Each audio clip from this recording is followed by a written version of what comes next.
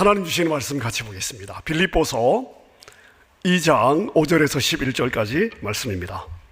빌립보서 2장 5절에서 11절까지 말씀. 5절부터 우리 한 절씩 교독하겠습니다. 제가 5절 말씀 읽겠습니다. 너희 안에 이 마음을 품으라. 곧 그리스도 예수의 마음이니. 6절 그는 근본 하나님의 본체시나 하나님과 동등됨을 취할 것으로 여기지 아니하시고 오히려 자기를 비워 종의 형체를 가지사 사람들과 같이 되셨고 사람의 모양으로 나타나사 자기를 낮추시고 죽기까지 복종하셨으니 그 십자가에 죽으심이라. 이러므로 하나님이 그를 지극히 높여 모든 이름 위에 뛰어난 이름을 주사 하늘에 있는 자들과 땅에 있는 자들과 땅 아래에 있는 자들로 모든 무릎을 예수의 무릎에 꿇게 하시. 함께 읽습니다. 모든 입으로 예수 그리스도를 주라 시인하여 하나님 아버지께 영광을 돌리게 하셨느니라. 아멘. 사람의 마음을 안다는 건 굉장히 중요해요. 사실은 마음을 배워야 되죠. 모든 것이 마음으로부터 나오기 때문에 그렇습니다. 부모를 오해하는 이유도 부모의 마음을 알면 그렇잖아요. 겉은 뭐 이놈아 저놈아 뭐 살지 못할 놈아 뭐 이렇게 막 이렇게 얘기하지만 그 속마음은 사랑하는 거거든요. 근데 이 마음이 있으면 지금 당장은 행동이 움직이지 않아도 결국에는 갑니다. 근데 마음이 없으면 없죠. 사람을 만날 때 마음은 굉장히 중요해요. 김규선 목사님과의 만남도 그렇게 시작이 됐습니다. 저는 이제 부교육자 중에 한 명이었고 우리 목사님 그때 선임 목사님이셨습니다. 그러니까 피할 수 없는 운명이죠. 이렇게 저도 그 라인을 계속 따라왔으니까 제가 이제 그 신분 문제로 인해서 한국에 들어가게 됐습니다. 근데 이제 김유선 목사님이 그 어렵게 이 문제를 해결할 수 있는 그 변호사를 찾았어요. 그래가지고 근데 그 변호사가 유대인 변호사였습니다. 그러니까 그 정도 급이 아니면 해결 안 된다는 거죠. 제가 굉장히 그 문제가 많은 그런 사역자입니다. 그래서 그 문제를 해결하기 위해서 그 유대인 변호사를 찾아가서 들어오게만 하면 어떤 대가도 지불하겠다. 돈도 없으신 분이 그렇게 얘기하시고 그 마침 변호사가 이제 그렇게 하니까 9천 그때 돈으로 9천 불이었습니다. 2003년 4년 9천 불 정도. 그거를 카드로 이거 사모님 안 계시죠? 사모님 몰래 하신 걸로 알고 있는데 카드로 긁으셨어요. 그래가지고 계속 갚아내신 거예요, 이거를. 근데 사실 이거 제가 언제 알았냐면 작년에 알았습니다. 그러니까 다 갚으시고 나서 저한테 얘기하신 거예요. 제가 하여간 그때 김기선 목사님이 손을 써서 움직였다 또 들어오게 됐다는 걸 알고 그때부터는 제가 김기선 목사님이 뭘 얘기하면 묻질 않습니다. 그냥 오늘도 그래서 왔어요. 그냥 오라 그래서 왔습니다. 담임 목사님 나갔다 오셨는데 괜찮냐? 또 나 지지난주에 여기 왔었다. 뭐 이런 거 일절 얘기 안 하고 그냥 이렇게 왔습니다. 한 번은 제가 남가수 하나의교회 선임 사역할 때인데 담임 목사님이 안 계신 기간이었기 때문에 굉장히 바빴어요. 일도 많고 또 책임도 크고. 근데 하루는 연락이 오셔가지고 여기 LA 사나이교회 강사님들이 오셨는데 보니까 무슨 뭐 이렇게 유명하고 저명한 강사님이 아니에요. 무슨 성경방 뭐 이렇게 뭐 하셨던 것 같은데 저보고 그 공항 라이드를 해달라는 거예요. 여러분 같으면 하시겠어요, 안 하시겠어요? LA 사나이교회가 작은 교회가 아니에요. 사역자 숫자도 많다고요. 그리고 평신도 지도자들도 많고. 그런데 남가주 사나이교회 선임 목사한테 연락을 하셔서 그것도 아침 일찍 전화하셨어요. 그래가지고 라이드를 해달라는 거예요. 제가 일절 물어보지 않고 그냥 했습니다. 왜냐하면 이유가 있겠죠. 여러 교회 사역들이 있는데 어려움 거든지 아니면 너무 그 은혜를 끼쳤고 소중한 분인데 그래도 본인이 공항 갈 수는 없으니까 본인 같은 그러한 급으로 해서 이렇게 조금 모시고 싶다든 여러 가지가 있겠죠. 근데 물어보지 않았습니다. 근데 그분들도 놀라시더라고요. 왜냐하면 옆에 이렇게 전화할 때 있으셨나 봐요. 1절 물어보지 않고 알겠습니다 이렇게 얘기하니까 우리가 그런 관계입니다. 마음을 알면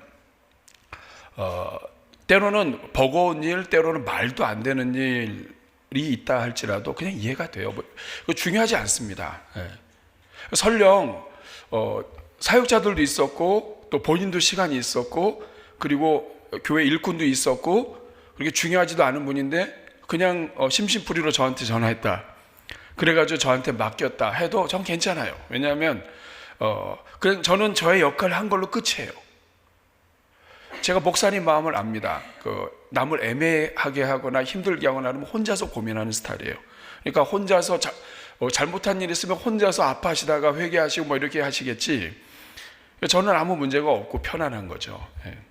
모르겠습니다. 지금도 누구 돈을 갖고 있을지 모르겠어요. 저분 카드를 뺏어야 됩니다. 근데 제가 확신하는 거는 하나님의 은혜가 있으신 분이에요. 그래서 하나님이 함께 하시고 도우시고 그래서 혹시 여러분들 또 이런저런 일들이 있다 할지라도 여러분 인내하시면서 기다리시면 김희서 목사님 참 귀한 분입니다. 잠깐 있다가 사라지는 부교육자 하나에게 그렇게 할 수 있다면 하나님께서 맡겨주신 영혼들에 대해서는 자기의 인생을 던지실 수 있는 분이에요. 또 그런 목회자입니다. 그런 목회자와 함께 교회를 섬긴다는 거 참 귀한 거죠. 덕분에 저도 이렇게 어제 옷 데리느라고 어제 짐 다 싸놓고 이렇게 했다가 또 다시 꺼내가지고 오늘 이렇게 여러분 만나서 반갑습니다. 근데 신앙생활 하는 데 있어서 또 마찬가지예요. 하나님의 마음을 알아야 돼요. 하나님의 마음을 알면 시험 들 일도 없고 또 때로는 힘들고 어려울 수 있지만 괜찮습니다. 왜냐하면 하나님은 아니에요. 그 하나님이 나를 얼마나 사랑하시는지를 알면. 그래서 여러분 우리가 예수님을 믿고 또 신앙생활하는 데 있어서 하나님은 보이지 않지만 눈에 보이는 하나님으로 예수님을 주셨어요. 그렇기 때문에 우리는 예수님을 배워야 되는데 특별히 예수님의 마음을 배워야 돼요. 왜 예수님의 마음을 배워야 되는가?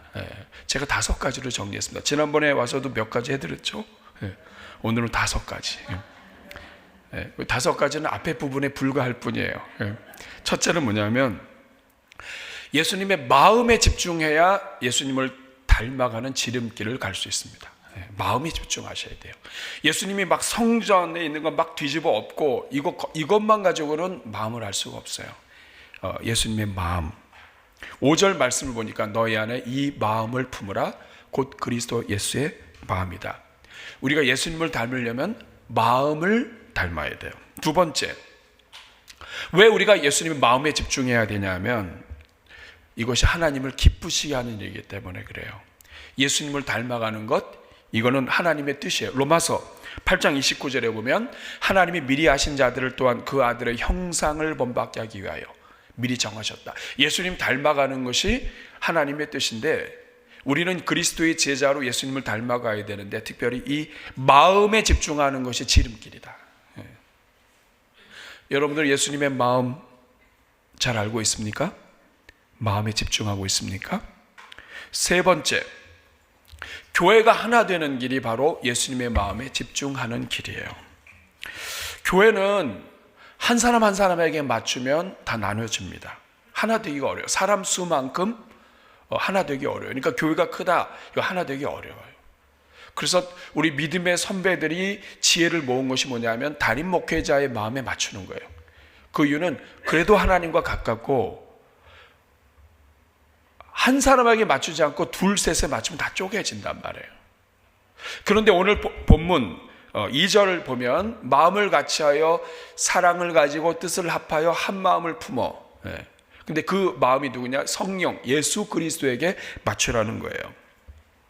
예수님의 마음을 다 붙잡으면, 내가 내 마음 붙잡고 내 생각 붙잡고 내 뜻은 그게 아닌데 내 생각은 그게 아닌데 여기에 붙잡으면 교회 다 쪼개져요. 그렇지만 모두가 다 예수님의 마음을 붙잡으면 교회는 하나 되게 되어 있어요. 그래서 예수님의 마음을 배워야 돼요. 또한 네 번째는 향기 나는 사역을 하려면 예수님의 마음을 배워야 돼요. 예수님의 마음은 향기 나는 사역의 심장이에요. 어떤 사람은 교회를 섬겨도 예수님의 향기가 나고 어떤 사람은 이상한 악취가 날 수 있습니다. 그 이유가 뭐냐? 예수님의 마음이 드러나느냐 안 드러나느냐예요. 고린도후서 2장 15절 16절 말씀을 보면 우리는 구원받는 자들에게나 망하는 자들에게나 누구에게든지 하나님 앞에서 그리스도의 향기다. 이 냄새가 항상 나게 되어 있는데 이 향기를 내려면 예수님의 마음에 집중해야 된다. 그럼 예수님의 향기가 난다. 다섯 번째, 예수님의 마음에 집중해야 승리와 상급이 보장됩니다. 오늘 본문 9절 보면 예수님의 마음을 품었을 때 예수님을 하나님께서 어떻게 하셨는가? 이름으로 하나님이 그를 지극히 높여서 모든 이름 위에 뛰어난 이름을 주셨고 10절에 보니까 하늘과 땅에 있는 모든 자들로 무릎 꿇게 하셨고 11절에 보니까 모든 입으로 예수를 주라 시인해서 하나님께 영광 돌리게 하셨다. 마찬가지예요. 오늘 우리가 예수님의 마음을 품으면 하나님이 높으신다. 저는 우리 LA 사랑의교회 모든 성도들이 예수 그리스도의 마음을 품어서 승리하고 복을 누리며 그리고 향기가 나며 그리고 하나가 되어서 하나님의 영광 나타내는 종들 다 되시기를 주님의 이름으로 축복합니다. 우리 옆에 분 축복하겠습니다. 예수님의 마음을 닮아갑시다. 자, 그러면 우리가 닮아야 할 예수님의 마음은 구체적으로 어떤 것일까요? 저는 오늘 여러 가지 예수님의 마음이 있지만 그 중에서 특별히 나를 향한 마음, 예수님이 나와 우리를 향한 마음, 이것을 오늘 우리가 함께 나누려고 합니다. 제가 세 가지만 여러분들과 함께 오늘 본문을 통해서 예수님의 마음은 어떤 마음인가, 그래서 주제를 이렇게 정했습니다. 너를 위해서라면. 예수님의 마음을 압축하면 이 말로 바꿀 수 있어요. 따라하겠습니다. 너를 위해서라면. 이것이 예수님의 마음인데 너를 위해서라면 세 가지가 있습니다. 첫째, 예수님의 마음입니다. 첫째, 너를 위해서라면 나의 체면이 깎여도 좋다. 이 예수님의 마음이에요. 따라하겠습니다. 나의 체면이 깎여도 좋다. 여러분, 체면이 뭔지 아세요? 체면? 답이 떴네요. 남을 대하는 관계에서 자기의 입장이나 또 주위로 보아서 반드시 지켜져야 된다고 생각하는 어떤 위신, 체모, 면목, 모양새, 이게 체면이에요. 우리는 다 체면이 있어요. 아버지는 아버지로서의 체면이 있고 또 교회 일꾼은 일꾼으로서의 체면, 또 직장에서 자기 계급에 또 위치에서 체면이 있어요. 영어로 체면을 세우는 것을 save face라고 얘기합니다. 그리고 체면을 구기고 떨어뜨리는 것을 lose face라고 합니다. 체면은 무엇과 관계가 있어요? 얼굴하고 관계가 있어요. 그러니까 누군가가 나의 체면을 세워주면 얼굴이 사는 것이고 누군가 나의 체면을 깎아내면 얼굴이 구겨지는 겁니다. 자, 여러분은 체면을 살려주는 사람을 좋아하세요? 체면을 깎는 사람을 좋아하세요? 우리 다 기본적으로 좋아하죠. 체면은 이 자존심하고 비슷해요. 근데 여러분, 이 체면 깎는 거 이게 참 견디기 어렵습니다. 한국 사람들은 체면 문화가 심해서 체면이 필요해요. 그러니까 가난해도 일단 기본 체면이 있어요. 제가 한국에 들어와서 사역을 시작하다가 동네 교회 바로 앞에 작은 산이 있어요. 보문산이라고. 그 작은 산이 있는데 그 산에 이제 이렇게 그래도 한번 걸어야 되겠다고 해서 갔다가 깜짝 놀랐습니다. 저는 형편없는 옷을 입고 갔고 그 작은 산인데 사람들이 다 등산복을 입고 온 거예요. 울긋불긋한 막 그 메이커 입고 막 이 등산화 입고 제가 볼 땐 다 아스팔트 길이고 뭐 이래가지고 별로 이렇게 등산복도 필요 없는데 지금도 고민이에요. 저도 등산복을 구입을 해야 말아야 돼요. 그러나 그만큼 체면이 중요해요. 그러니까 운동을 하면 기본적인 거 또 이걸 다 갖춰야 되는 거예요. 근데 그렇게 하면 잘 될 것 같긴 해요. 한국 사람 체면이 있어요. 그래도 이 정도 급은 내가 해줘야 되고, 그렇죠? 예. 체면 깎는 거 굉장히 사실 자존심 상하는 일입니다. 어떤 사람은 체면 때문에 자살해요. 한국에 이런 일 많죠. 정치인들 가운데서도 또 연예인들 가운데서도. 자기 체면 깎는 사람을 참을 수가 없어요. 그래서 막 끝까지 쫓아다니기도 해요. 근데 우리 예수님은 우리를 위하여 체면을 다 버리셨습니다. 구겨 버리셨습니다. 막 종이를 레터지 하나를 막 이렇게 해가지고 하면 완전히 다시 펴지지 않을 정도로 구겨지셨습니다. 오늘 6절 말씀을 보면 같이 읽어볼까요? 그는 근본 하나님의 본체시나 하나님과 동등됨을 취할 것으로. 자, 하나님과 본체다, 하나님과 동등됐다, 이 말은 뭐냐면 페이스가 하나님 페이스란 뜻이에요.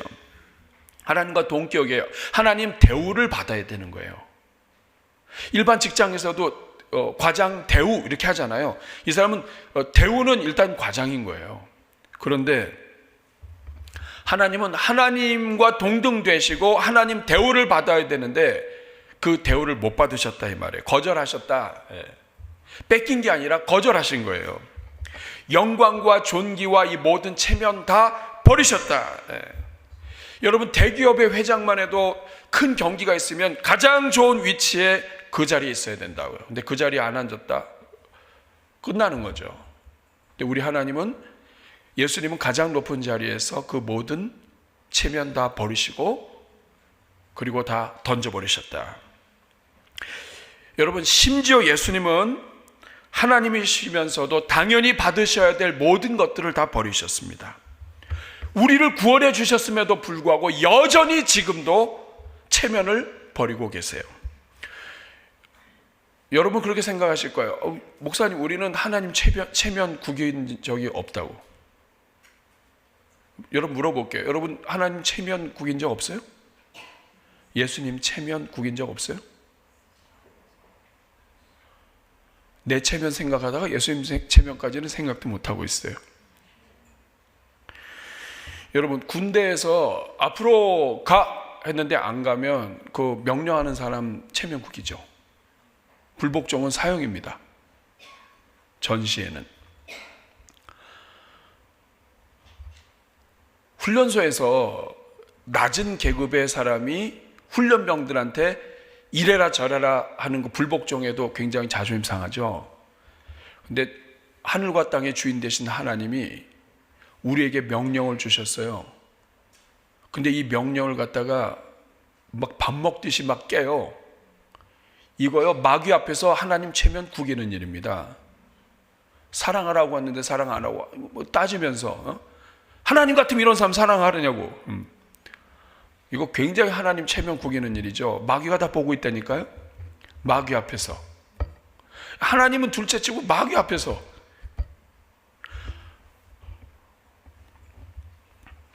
그런데 이 하나님 체면이 말이 아닌데도 불구하고 하나님은 아버지부터 체면 버리시고 예수님 다 체면 버리셨습니다. 그것도 모자라서 우리에게 찾아오셨어요. 여러분, 하나님이 어느 정도냐, 탕자가 집을 나간 다음에 하나님 아버지 체면이 있지. 어떻게 문 밖에 나가서 기다려요? 근데 그 하나님 아버지 문 밖에 나가서 기다립니다. 종들 앞에서 체면이 있지. 근데 거기서 끝나지 않아요. 아들이 왔어요. 저기 거지처럼 왔어요. 그럼 아버지 체면이 있지. 가만히 있어야죠. 근데 그 아들을 먼저 보고 행여나 아들이 오다가 도망갈까 봐 달려가서 껴안으셨습니다. 아버지가 체면이 있지. 하나님은 체면 버리셨어요. 예수님도 마찬가지예요. 지금도 체면 버리셨어요. 저는 요한계시록 3장 20절 읽다가 이 예수님 체면이 뭐가 없구나. 볼지어다 내가 문 밖에 서서 기다리노니. 우리를 구원하시기 위해서 생명까지 주신 그분이 지금 문 밖에서 기다리고 있어요. 여러분, 문 밖에서 멀리 기다릴까요? 아니면 가까이서 기다릴까요? 이리 오너라 하고서 이렇게 대답이 없으면 돌멩이 하나 문에 던져가지고 그러실까요? 어디 계실 것 같아요? 문 앞에 바짝 붙으셔가지고 문 밖에 서서 기다리노니. 누구든지 문을 열면 내가 막 문을 열면 확 들어요. 문을 열기만 하면 발을 걸어가지고. 그러니까 우리를 얼마나 사랑하시는지 체면이고 뭐고 없어요. 이 예수님의 마음이에요. 이것은 오늘 우리도 똑같습니다. 마귀 앞에서 우리 너무 사랑하셔서 마귀 앞에서 체면이고 뭐고 없이 우리를 사랑하시는 분이 주님이세요. 그러면 여러분, 오늘 우리도 마찬가지예요. 교회에서는, 성도는 체면 내세우며 살면 안 됩니다. 하나님의 마음, 예수님의 마음은 체면을 버리는 마음이에요. 오늘 우리부터 체면을 버리고 살면 좋겠어요. 오늘부터 시작해서 갑자기 속에서 이런 말이 뛰어나왔어요. 내가 누군데? 한번 해보겠습니다. 내가 누군데? 우리 한 번도 못하고 살 수 있잖아요. 그러니까 여기서라도 한번 하세요. 네. 내가 누군데 왕년에? 여러분, 미국에 아무나 와요?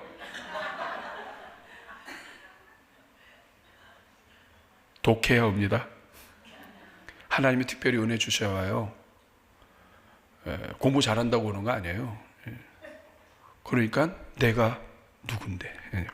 옆에 있는 사람 얼굴 보겠습니다. 진짜로 막 이제까지 한 번도 얘기 못한 거 이번에 다. 내가 누군데. 자, 시작.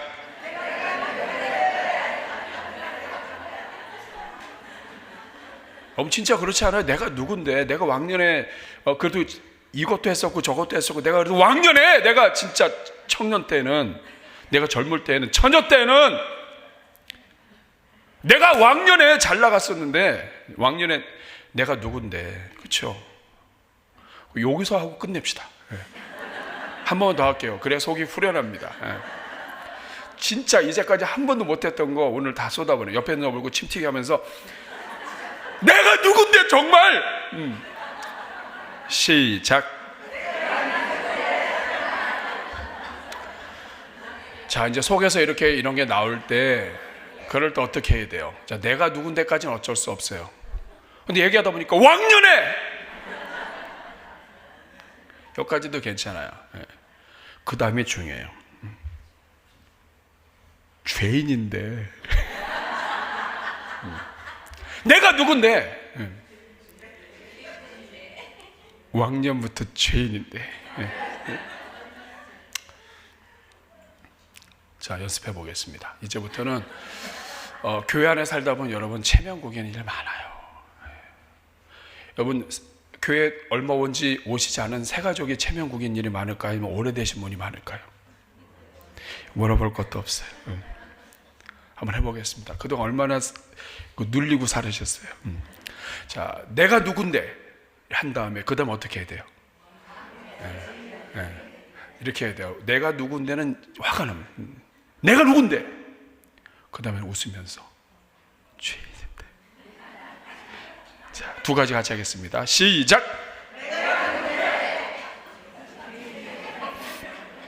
근데 죄인도 그냥 죄인이 아니죠. 어떤 죄인이에요? 구제불능 죄인이에요. 아무리 하나님이 사랑해줘도 여전히 잊어버리고 사는. 따라하겠습니다. 죄인인데. 어떤 죄인이라고요? 자, 종합적으로 해보겠습니다. 자, 내가 누군데? 누구예요? 죄인인데. 그 다음에 옆에 사람 얼굴 보면서 죽을 때까지 구제불능 죄인인데. 그런 내가, 예수님도 체면 버리셨는데 내가 뭐라고. 여러분, 체면 다 버리셔야 돼요. 그것이 진짜 우리 주님의 마음이고, 지금 이 순간에도 체면 버리셨기 때문에 여러분들에게 다가오시는 거예요. 그렇게 막 하나님 없으면 안 된다고, 하나님밖에 없다고 이러다가도 그냥 또 픽 조금만 안 해주면 삑 돌아서는 이런 사람들을 향해서 지금도 문 밖에서 기다리시잖아요. 체면이고 뭐가 없습니다. 우리 주님의 마음, 체면 버리신 마음이에요. 이 마음 갖고 사시길 축복합니다. 두 번째, 너를 위해서라면 체면만이 아니라 수치를 당해도 좋다. 이것이 예수님의 마음이에요. 너를 위해서라면 내가 수치 당해도 좋아. 여러분, 체면과 수치는 비슷해요. 체면은 나의 위치에서 기본적으로 얻게 되는 어떤 그 기준, 이거를 지키려고 하는 게 체면이라고 한다면, 수치는 공개적으로 부끄러움을 당하는 거예요. 사람들을 볼 낯이 없게 만들어지는 거예요. 이게 수치를 당하는 거예요. 체면은 나만 조금 낮추면 괜찮아요. 수치는 이거 좀 심각해요. 왜냐하면 사람들 앞에서 창피를 당한 거예요. 여러분, 자식이 혼자 있을 때 나한테 해준 게 뭐가 있어? 얘기해도 괜찮아요. 뭐 실제로 해준 것도 별로 없어요. 뭐 아직 철이 안 들어서 그래요. 근데 걔가 교회 와가지고 예배 시간에 일어나서 갑자기 우리 아버지가 나한테 해준 게 뭐가 있냐고 이렇게 얘기하면, 그 사람들, 모든 사람들 앞에서 그 부모가 공개적으로 수치를 당하는 거죠. 이게 다른 거예요. 근데 오늘 예수님은, 오늘 본문을 보면 우리를 사랑하셨는데 그냥 하늘 보좌를 버리고 체면만 깎인 게 아니라 공개적으로 수치를 당하셨어요. 오늘 7절 말씀을 보면 오히려 자기를 비워 종의 형체를 가지다 사람과 같이 되셨는데, 사람들은 예수님이 십자가를 지고 가면서부터 수치를 당했다고 생각하는데 그렇지 않습니다. 예수님은 이미 인간으로 이 땅에 오실 때 이미 수치가 시작됐어요. 현대인의 성경을 보면 오히려 자기의 모든 특권을 버리고 종의 모습으로 사람들과 같이 되셨다. 특권을 다 버리셨다. 인간이 되셨다. 하나님의 특권 다 버리셨다. 인간의 연약함을 다 오해받을 수 있는 그런 위치로 떨어지셨다. 그 결과 이사야 53장 3절과 4절 말씀 보면 예수님은 멸시를 받아 사람들에게 버림받았다. 멸시는 업신여김을 당했다 이거예요. 사람으로 오셨기 때문에 멸시를 받으시는 거예요. 간고를 많이 겪었다. 간고는 가난하고 고생하는 것을 말합니다. 질병이죠. 이것을 아는 자라. 멸시를 얼굴 가리는 것처럼 멸시를 당하고 귀히 여기지 않았습니다. 4절 말씀을 보면 실로 우리의 질고를 지고 우리의 슬픔을 당했는데 이 인간들이 몰라요. 마땅히 잘못했기 때문에 하나님께 맞았다 생각하는 거예요. 그러니까 알지도 못하고 이해하지도 못하고 깨닫지도 못하는 사람들을 위하여 수치를 당하신 거예요. 누가복음 23장 34절 말씀을 보면 예수께서 이르시되 아버지 저들을 사해 주십시오. 저들 모릅니다. 모르는 거예요.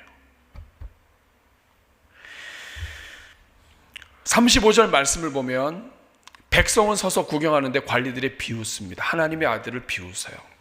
36절 보니까 군인들은 희롱해요. 네가 유대인의 왕이면 나를 구원해라. 예수님은 오늘 이 순간에도 믿지 않는 자들은 둘째치고 하나님의 자녀들로부터도 수치를 당하고 계십니다. 매스컴의 크리스찬들이 문제로 올릴 때마다 수치를 당하는 것은 기본이고요. 하나님의 자녀들이 마귀 앞에서 하나님을 선택하지 않고 마귀를 선택해요. 하나님이 기뻐하시는 일을 선택하는 것이 아니라 하나님이 미워하시는 일을 선택해요. 공개적으로 마귀 앞에서 수치를 당하신다고요. 여러분, 이분이 우리 주님이세요. 지금도 주님은 모든 수치를 다 뒤로 하시고 우리를 사랑하시고 우리에게 오십니다. 그러므로 여러분, 신앙생활 하면서 예수님을 닮아간다는 것은 수치를 견디는 거예요. 사랑하는 것, 예수님의 마음을 품은 사람은 수치를 견딥니다. 믿음이 연약하고 부족하니까 모르니까. 부모가 철없는 자식이 부모를 대들고 사람들 앞에서 이럴 수 있냐, 왜 낳았냐, 뭐 이렇게 얘기하면 그 굉장히 수치를 당하죠. 그러나 그거 사랑하기 때문에 견딥니다. 모르니까. 사랑하는 여러분, 예수님의 마음을 알면 알수록 성도는 수치를 견디는 거예요. 수치를 견디는 게 더 유익일까요? 암 수치 높아지는 게 더 유익일까요? 수치 못 견디면 암 수치 높아갑니다. 신앙생활 하면서 어려운 것들 다 주님 앞에 올려놓고, 이제까지 여러분들에게 수치 준 사람들 그 끝까지 이름 적어놓고, 성경책에 이름 적어놓고, 이사야 53장 3절 가로 열고 누구 딱 적어놓고, 나에게 수치를 준 사람, 성경 읽을 때마다 이 사람은 내가 죽을 때까지, 이렇게 하지 않고 용서하며 사랑하며 가는 것, 이것이 예수님을 따라가는 길입니다. 아멘. 세 번째, 예수님의 마음은 너를 위해서라면 내가 버림받아도 괜찮다는 거예요. 따라하겠습니다. 너를 위해서라면 버림받아도 괜찮다. 여러분, 버림받는다는 것은 추방당하는 거죠. 공동체로부터, 관계로부터 추방당하는 거예요. 평생 일했던 직장에서 버림받으면 그 상처 크죠. 가정에서 사랑하는 사람들로부터. 근데 여러분, 예수님은 우리를 위하여 이 모든 버림받음을 그냥 다 떠안으셨습니다. 8절, 오늘 본문 8절 말씀 보면 굉장히 좋게 썼죠. 사람의 모양으로 나타나사 자기를 낮추시고 죽기까지 복종하셨다. 곧 십자가에 죽으셨다. 이걸 뒤집어서 이야기하면 저주받은 십자가에 버림받으셨다, 이런 뜻입니다. 마태복음 27장 46절, 여기 보면 예수님께서 말씀하십니다. 나의 하나님, 나의 하나님, 어찌하여 나를 버리셨나이까. 버림받으신 거예요. 근데 이것을 기쁨으로 하셨어요. 예수님은 지금 이 순간에도 하나님의 자녀들로부터 버림받으세요. 내가 언제 예수님을 버렸나요? 네. 예수님이 원하시는 것을 우리가 선택하지 않고 다른 것 선택하는 것 자체가 예수님을 버리는 거라고요. 순간순간. 그런데도 우리 예수님 개의치 않으세요. 좋을 때만 찾는 자녀 괜찮아요. 우리 예수님은 다 버렸기 때문에 지금도 우리에게 다가오시고 지금 이 순간에도 우리를 위하여 기도하시며 우리를 사랑하시는 것입니다. 이사야 49장 15절 같이 읽어볼까요? 시작. 여인이 어찌 그 젖먹는 자식을 잊겠으며 자기 태에서 난 아들을 궁일이 여기지 않겠느냐. 그들은 혹시 잊을지라도 나는 너를 잊지 아니할 것이다. 부모가 어떻게 자식 잊겠느냐, 그것도 어린 자식을. 그런데 하나님은 부모가 잊을지라도 절대로 잊지 않는다. 다 버리셨다 뜻입니다. 이어령 씨가 쓴 딸에게 보내는 편지에 딸에게 보내는 굿나잇 키스라는 책이 있습니다. 거기에 이 내용이 하나 있습니다. 한 암 재발 환자의 이야기예요. 여인에 대한 이야기인데, 사람이 암에 걸렸다 그러면 충격받아요. 근데 재발됐다 그러면 더 충격받습니다. 가슴이 철렁, 이제 끝났구나. 이 여인도 그랬어요. 암이 재발되자 이제 절망하게 됐고, 그때부터는 이제 죽음을 맞이할 준비를 하는 거예요. 하나씩 하나씩 삶을 정리하고, 그러던 어느 날 그 대청마루라고 하죠. 그 집 이렇게 살짝 나와 있는 마루 끝에 앉아 있는데 석양이 졌어요. 근데 너무 아름다운 거예요. 막 석양이 막 그냥 막 온 대지가 다 불처럼 다 타는 것처럼 느껴질 때, 나도 이제 인생의 해가 지는구나. 나도 이제 인생의 마지막 불을 태우고 있구나. 그러다가 잠시 후에 이제는 땅거미가 지고, 그리고 막 사방이 어두워질 때 이제 내 인생도 이렇게 끝나는구나. 죽음의 검은 손가락이 조용히 다가와서 내 인생의 문을 닫으려고 하는구나. 막 이런 걸 느끼면서 이제 나도 이제 인생을 이제 잘 마무리하고 이제 끝났다 이렇게 생각하고 있는 거예요. 근데 그 순간에 갑자기 아이 소리가 들렸어요. 엄마! 네, 엄마. 엄마가 지금 굉장히 아름답게 인생을 마무리할 생각하고서 이렇게 있는데 애가 엄마 그러니까 짜증 나잖아요. 그러니까 이 시간을 방해받고 싶지 않아 가지고 이야기합니다. 지금 엄마가 얼마나 중요한 시간인지 알아? 중요한 일 하고 있으니까 좀 조용히 좀 해봐. 근데 그때 그 아이가 한마디 던진 말이 이 엄마를 바꿔버렸습니다.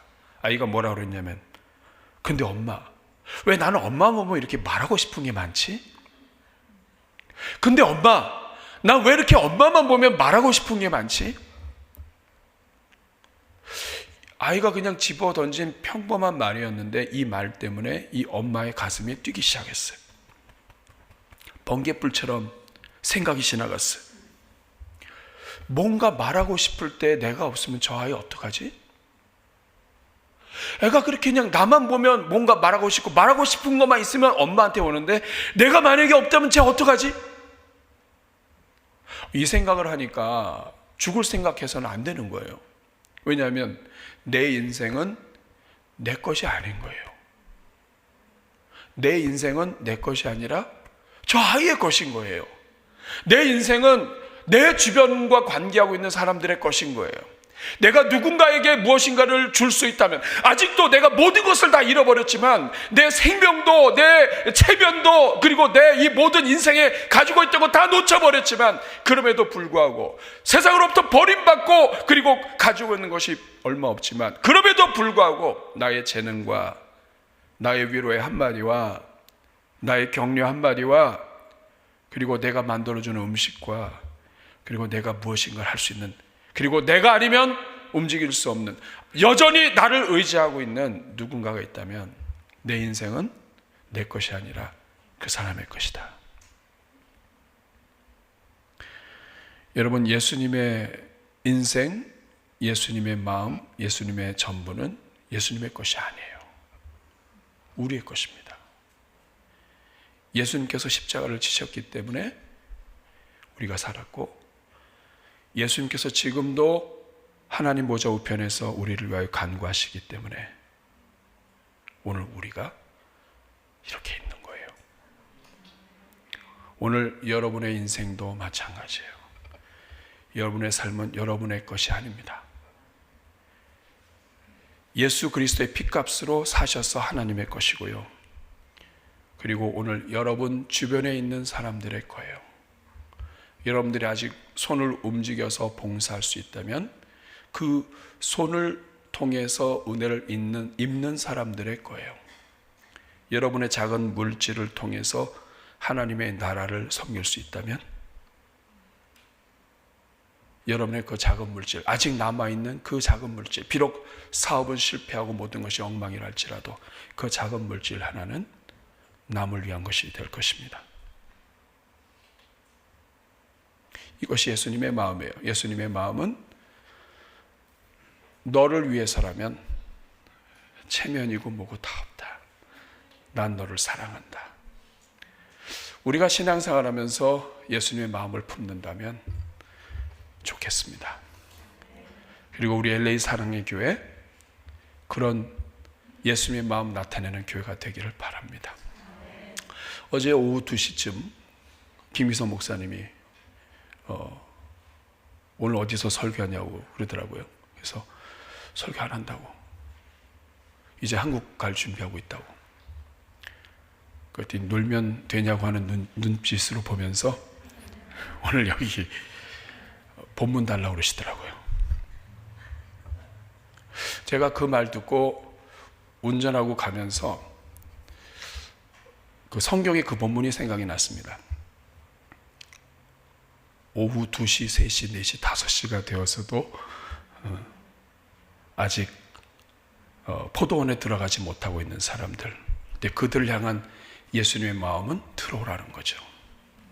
우리 LA 사랑의 교회 예수님 마음을 가지고 서로를 위해서 살면서 주변에 믿지 않는 영혼들 아버지께로 이끌어오는 그런 귀한 우리 종들 다 되시기를 축복합니다.